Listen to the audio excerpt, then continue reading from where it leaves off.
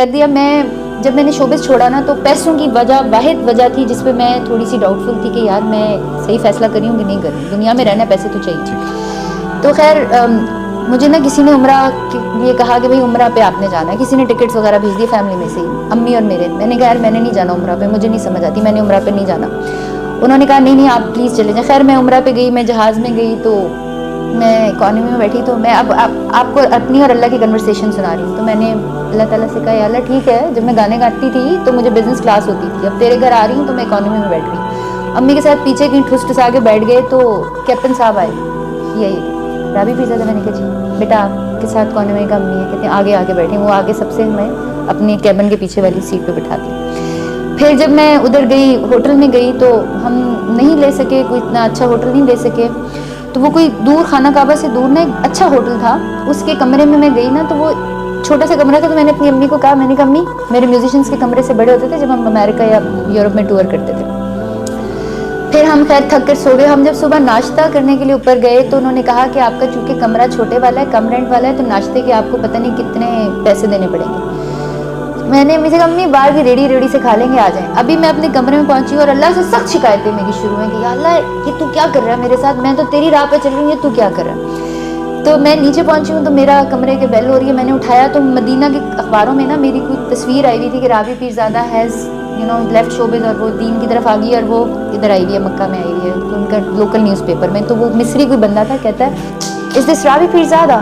I said yes. کہتا I saw you in the dining room. I said that's okay, I could not pay so I'll eat out.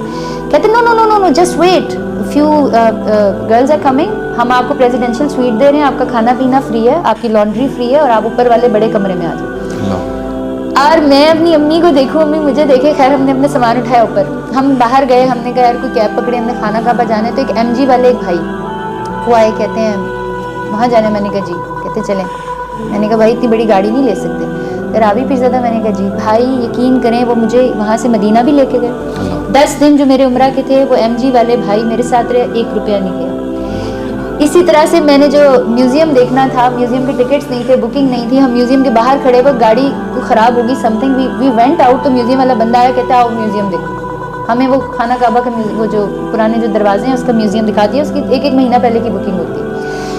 یہ جو عمرہ تھا نا اس کے اوپر مجھے واقعی جس کو کہتے ہیں نا اللہ کو فیل کرنا.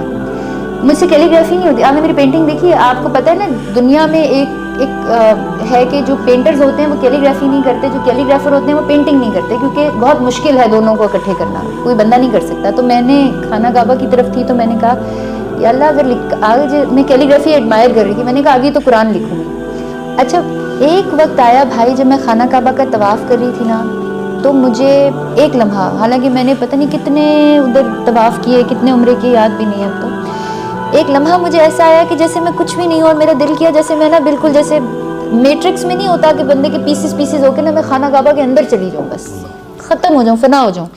اور مجھے یاد ہے کہ میری امی نے مجھے ایسے ہاتھ کیا, امی کو میں طواف کرا رہی تھی, میری امی چل نہیں سکتی نا تو ان کو سہارا چاہیے ہوتا ہے. تو امی نے مجھے ایسے کہا کیا ہوا, تو وہ فیلنگ تھی کہ آئی فیلٹ اللہ تعالیٰ کہ ہی از دیئر ود می.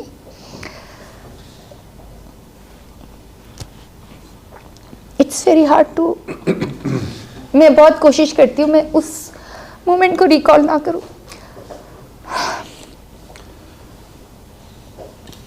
یہ اللہ کا فضل ہے, بس آپ پہ اللہ نے مہربانی کی ہے. میں ابھی آپ بات کر رہی تھی تو مجھے لگ رہا تھا کہ یہ بات ایسی ہے کہ پھر اس میں آدمی تھوڑا ایموشنل ہو جاتا ہے. کیونکہ اللہ کو محسوس کرنا, اللہ کو محسوس کرنا خانہ کعبہ کے سامنے, میں ابھی بھی نہ میں اتنی نیک ہوں, نہ میں اتنی کوئی عبادت, حالانکہ میں تہجد بھی پڑھتی ہوں, میں روزے بھی رکھتی ہوں جب مجھے موقع ملے, میں اپنی زندگی کو بہت پاک کرنے کی کوشش کرتی ہوں, but I am nothing like that.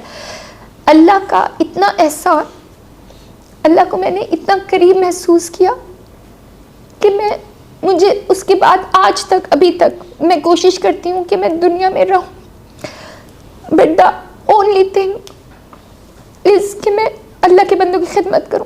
Rest میری کوئی خواہش نہیں.